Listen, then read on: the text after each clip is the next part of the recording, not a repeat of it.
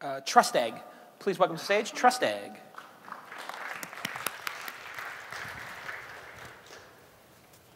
Oh, wait, before you do, can you make an announcement to get the other guys back there? Yeah, so if the other companies, Offlane, Topics, Minbox, AdFreak, and AppStack, oh no, up to AdFreak, can get back there, that'd be great. So Offlane, Topics, Minbox, and AdFreak to the back of the stage. Thanks.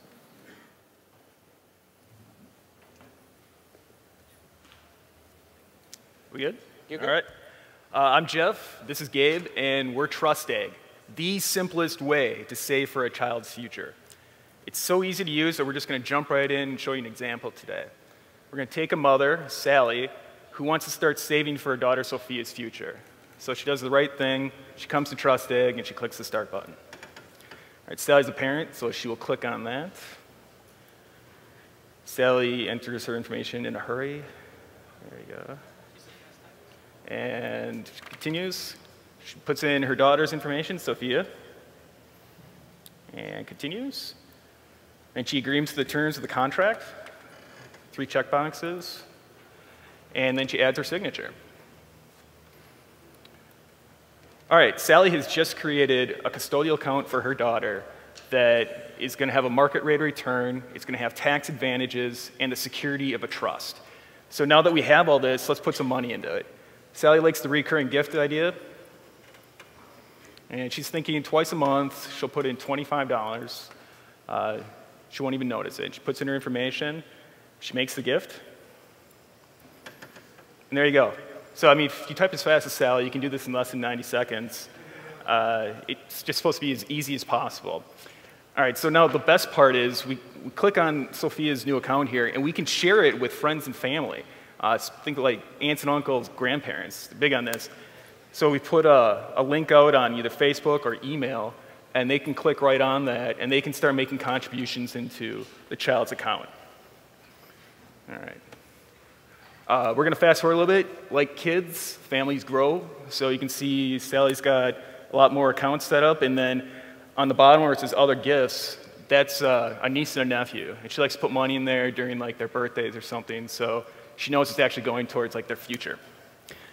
Okay, we can click on Sophia, and we can look at the gift history, see when the contributions were made, and then we can go and look as it grows, and with more contributions, it'll look more like a line like that. So you gotta wonder, how can we actually do this? We're in the final stages right now of receiving our trust charter. So we're gonna be an actual financial institution, which I can't really stress how huge that is. It's a really big deal. So today was kind of a sneak peek. We'll be launching a full beta launch in about 2 or 3 months, hopefully. And right now we ask that everyone who's interested sign up for a beta list, and hopefully you can be one of the first to get a TrustEgg account. So we're TrustEgg. We are raising money, and there's just nothing like us. Thank you. Okay. Gina, you have a reaction? Yeah. As I was watching this, I'm like, this is the best application for phishing I've ever seen. And I say that in the sense of, I think the #1 thing you guys are going to have to address is it looks so happy and nice and simple, and you're asking for incredibly sensitive information. And there was nothing on it that made me feel like I wasn't just giving my bank account information over to a very savvy phishing attack. We'll be able to add more of that stuff. We can put our trust seal on it once we have that, but we have to get to that point first. But we'll also, I mean, we get audited and all this stuff. It's pretty redundant. I think it might have to be more than that, or some kind of thing that you guys are able to do that, I don't know if it's in design or whether it's in sort of other things you guys can do in terms of, you know, taking advantage of, you know, open API graph, whatever it might be, but like, it worries me. Okay. What's the investment fund, who owns it, and who's making the investment choices? We are the custodian as a trust company, right. So it's our choice, and we're putting everything into low-cost index Vanguard funds.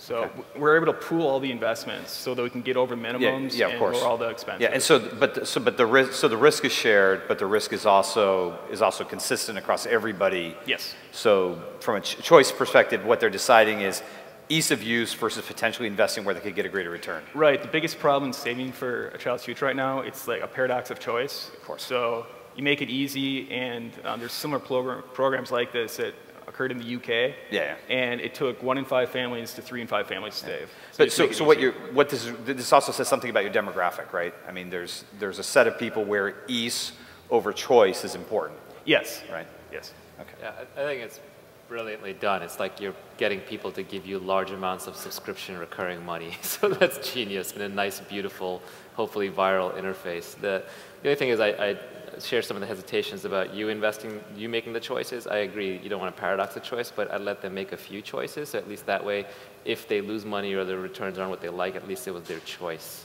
So it absolves you a tiny bit.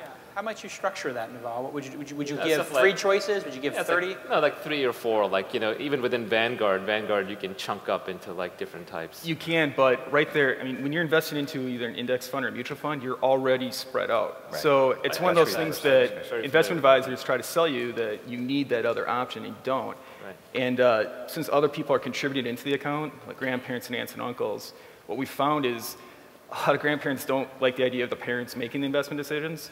They just want it to be completely transparent and know that it's safe. So we're not trying to beat the market, we're just getting you into it. I get that. It's just that on the off chance that the entire market declines for an extended period of time, you're going to get hit by all your customers at once. Yeah, well, we understand that, but they're also going to have a lot of other huge problems with their 401ks. So. What drove the decision to be your own custodian and set yourself up as opposed to, I mean, it seems as though your core skill here is in making this simple and easy for people. Could you not be a partner to a bunch of third parties where you are sort of a customer acquisition tool for them as opposed to taking on the risk yourselves? Well, the problem is when we start crossing state lines without using a state-created contract of what we're using, we can be practicing law across states. Yep. Now, we could offer our service just as investment advisors or to other banks just to sell to their customers. But we're looking to kind of change finance in general, and the only way to do that is to be chartered. So I kind of generally agree with all the comments. I won't rehash it, but I also just question the whole easy thing, because there are actually a lot of easy ways to do this, right? You just do a monthly transfer into a savings account, and you have something for your child. But the thing to me that seems to be missing in a lot of those solutions is the insight. Like, is this going to get me to be able to pay for a college, or which college, that I'm gunning for? I don't have that insight into what my savings is doing. Right. You can open a 529 plan, and then it's going directly towards school. Now, not everyone goes to college. That's the thing, and we don't want people to get penalized if they're not. So it's just a savings vehicle, and we can actually grow it somewhat tax-free. I can get into that more later. But to talk about your comment on like putting into just like a savings account or something like that, when it goes into a TrustEgg account, it's a secure trust. So it's irrevocable, and it's the child's. So a creditor can't come after it. Even in 529 plans, creditors can go after that because it belongs to the parent. So this way, there's no risk like that. It just belongs to the child. What makes you guys uniquely qualified to pursue this sort of trust space? Where are you located, and why are you doing it? All right, I'm an accountant. I worked in trust and banking for 7 years before this. I actually dealt with the investment product that we'll be using to funnel everything. Gabe, not just a hacker, he's also a lawyer, which is very helpful. A lawyer coder. What? He's a lawyer and a coder. A lawyer and a what? A coder. He Yes. writes code, and he's a lawyer. Yeah, he decided to go to law school on the side because he was bored. I don't know. It's crazy. But when you're starting an online trust company, that's definitely the skill set you need. And working in the belly of the beast where I was at, it's so evident that change is it's necessary. It has to happen. And the only reason that it's not is that the barriers to get into financial institutions as a startup are incredible. So that's why you don't see a lot of innovation, even though it's a giant industry, and there's people who want to fix it. So we do have kind of a unique skill set. How would you help, A lot of my family still traditionally just send checks and cash. What do you do in that scenario? Is it sort of, you expect me to deposit it, then just put it in, or is there an easy way to work around that? No, as we well? would only be doing it online. Oh, it'd be all online, okay. If grandma sends a check and we put it into the TrustEgg, can we say that, you know, in the sort of whole portfolio that she added it and get credit for it in the interface? What we'd be able to do is, I mean, if grandma send like the check to the parents, and then the parents wanted to deposit it into their account and then make the transfer, they could just put the note up on Facebook or send out the email saying, thanks grandma for this, this contribution. But not having to actually handle checks and stuff, it eliminates a huge processing thing for us. Otherwise, expenses will go way up. Great.